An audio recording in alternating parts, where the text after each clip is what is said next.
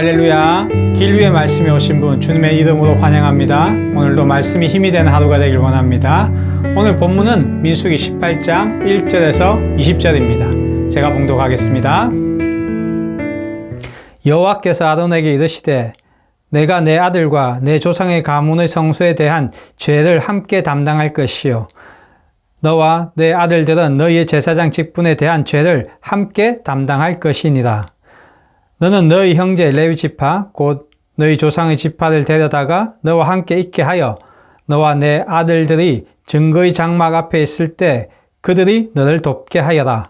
레위인들은 그 직무와 장막의 모든 직무를 지키려니와 성소의 기구와 제단에는 가까이 하지 못하리니 두렵건대 그들과 너희가 죽을까 하노라. 아멘.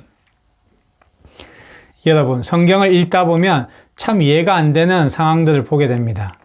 하나님을 대적했던 사람들이 심판받는 말씀 바로 다음에 그들과 같은 인간에게 하나님이 또다시 사명을 맡기시는 말씀이 이어지죠. 지금 우리가 함께 보는 민수기 18장도 그런 말씀입니다. 바로 앞장에 어떤 일이 있었는지 기억나시죠? 고라와 다단과 아비람이 모세와 아론을 대적했습니다. 당신들만 거룩한 거야? 우리도 하나님 백성인데 우리도 제사장 할 수 있어. 결국 어떻게 됐죠? 하나님이 땅을 갈라 그들을 삼켜버리셨습니다. 진노는 끝나지 않았고 전염병으로 1만 4천 명이 넘는 사람들이 죽었죠.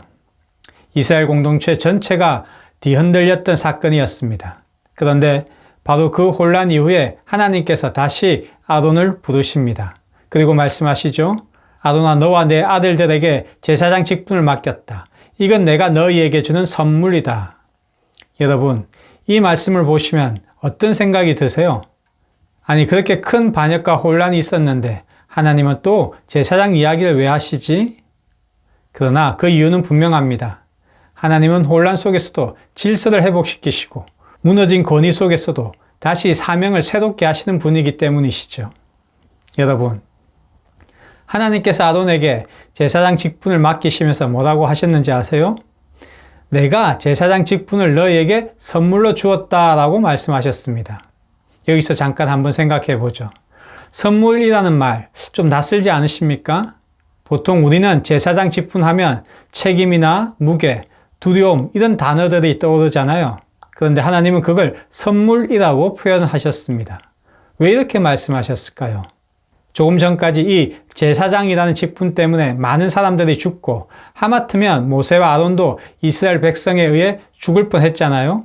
이런 상황에서 정말 이 직분이 선물로 느껴질까요? 저 같으면 아마도 선물보다는 엄청난 무게감으로 먼저 다가올 것 같습니다. 그러나 하나님의 생각은 우리의 생각과 다르시죠.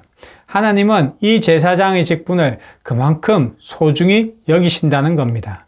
그만큼 하나님께서 기쁜 마음으로 주셨다는 거죠. 그러면서도 동시에 이건 그만큼 아무나 받을 수 없는 자리라는 뜻이기도 합니다.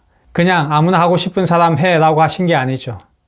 하나님은 이 직분을 사랑하는 아론에게 그리고 그 자손에게 기쁨으로 맡기신 겁니다. 그런데 여러분, 이 선물은 단지 명예로운 자리만을 의미하지는 않죠.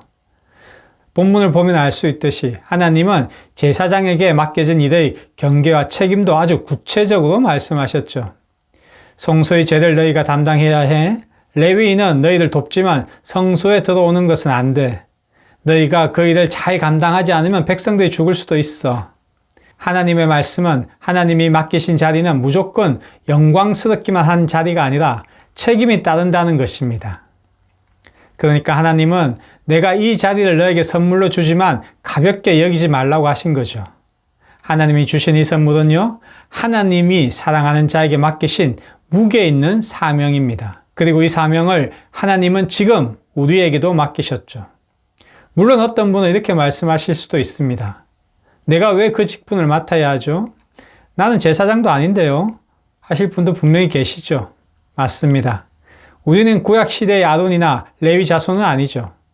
그런데 신약에서 하나님이 모든 그리스도인들에게 이렇게 말씀하셨습니다. 너희는 택하신 족속이요 왕같은 제사장이라고 말씀하셨죠. 놀랍지 않습니까?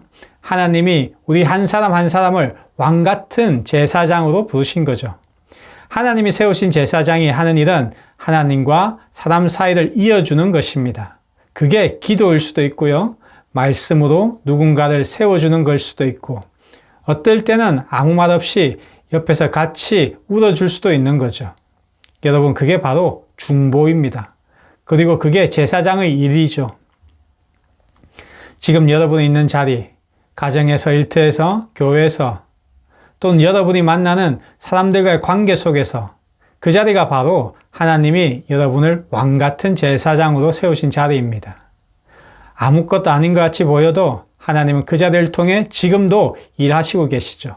중요한 건 이겁니다. 내가 지금 있는 이 자리가 하나님의 선물이라는 것을 믿고 살아가는가 하는 것이죠. 이걸 믿으면요, 내가 하는 기도가 가볍게 느껴지지 않고 내가 건네는 말 한마디에도 생명이 담기게 되죠. 내가 걷는 하루가 하나님 계획 속에 있는 하루라는 것을 느끼게 됩니다. 여러분, 이런 경험 있으신가요? 하루 종일 지치고 힘든 날 누군가 그냥 따뜻하게 괜찮아요? 한마디 해줄 때 그 말이 이상하게 눈물나게 들릴 때가 있잖아요. 한 청년이 있었는데요. 신앙도 좋고 기도도 잘 하던 친구였는데 취업도 안 되고 인간관계도 힘들어지자 자신의 삶까지 무너지기 시작했죠. 그러니 기도도 안 되고 자연스럽게 교회도 멀어지게 되었습니다. 걱정과 낙심으로 매일매일 보내다가 어느 날 밤늦게 그냥 답답한 마음에 바람 쐴 겸 집 앞 편의점에 갔습니다. 그런데 거기서 자주 보던 편의점 아주머니가 조용히 한마디 하셨습니다. 이봐요 청년, 요즘 얼굴이 힘들어 보이네. 무슨 일이 있어요? 그 한마디에 그 청년이 그냥 눈물이 쏟아졌죠. 자기도 모르게 마음속에 쌓였던 그동안의 그 감정들이 터져버린 거죠. 그날 이후 그 아주머니는 청년이 올 때마다 따뜻한 말로 이렇게 말해 주었습니다. 오늘도 청년을 위해 기도했어요. 하나님이 도와주실 거예요. 걱정하지 마세요. 여러분, 이 아주머니가 뭘 대단한 일을 한 것은 아니죠. 말씀을 전한 것도 아니고 설교한 것도 아니잖아요. 그런데 그 자리를 하나님의 자리로 여긴 거죠. 그리고 자기 앞에 있는 사람을 위해 기도하고 품고 위로한 거죠. 그 청년은요, 그분의 기도와 따뜻한 말 한마디에 살아나서 다시 교회에 돌아오고 다시 하나님 앞에 서게 되었습니다. 제가 보기엔 그 아주머니가 바로 제사장인 거죠. 편의점이라는 일상 속에서 하나님과 사람 사이를 잇는 중보 역할을 감당하고 계셨던 거죠.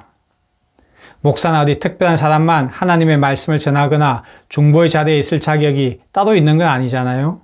하나님은 여러분을 왕같은 제사장으로 부르셨습니다. 중요한 건 내가 지금 어느 위치에 있느냐보다 그 자리를 어떻게 보느냐입니다. 우리는 종종 내가 있는 자리를 작게 봅니다. 저는 그냥 애 키우는 엄마인데요. 그냥 직장에서 일하는 평범한 직장인인데요. 그냥 교회에서 이것저것 돕는 일 하는 정도입니다. 그런데 여러분, 하나님은 그 자리를 여러분에게 주신 선물이라고 부르십니다. 그 선물 안에 사명이 있고 그 사명 안에 은혜가 있죠. 지금 내가 맡고 있는 그 역할, 그 책임, 그 관계 속에서 하나님은 오늘도 일하시길 원하십니다. 그러니까 우리가 이렇게 한번 스스로에게 질문해 보면 좋을 것 같아요. 지금 내가 서 있는 자리를 하나님이 주신 자리로 보고 있나? 내가 제사장이라면 나는 누구를 위해 중보할 수 있을까? 나는 지금 하나님이 맡기신 이 선물을 감사함과 두려움으로 감당을 하고 있는가? 하나님은 내가 대단한 일을 해서 제사장으로 부르신 게 아닙니다. 그냥 오늘 이 자리에서 하나님의 마음을 품고 살아가는 나를 통해 누군가를 살리고 싶으신 거죠. 사랑하는 길외 가족 여러분, 우리는 오늘 말씀을 통해 다시 한번 깨닫게 됩니다. 하나님은 제사장의 직분을 선물이라고 부르셨죠. 그리고 그 선물을 지금 이 시대에는 우리에게 주셨습니다. 하나님이 여러분을 있는 그대로 사랑하시고 지금 여러분이 있는 그 자리에서 하나님과 이웃을 잇는 사람으로 세워주시길 원하시는 거죠. 특별한 사람이 되라는 게 아니고 성경에 나오는 아론처럼 거룩한 제복을 입으란 말도 아닙니다.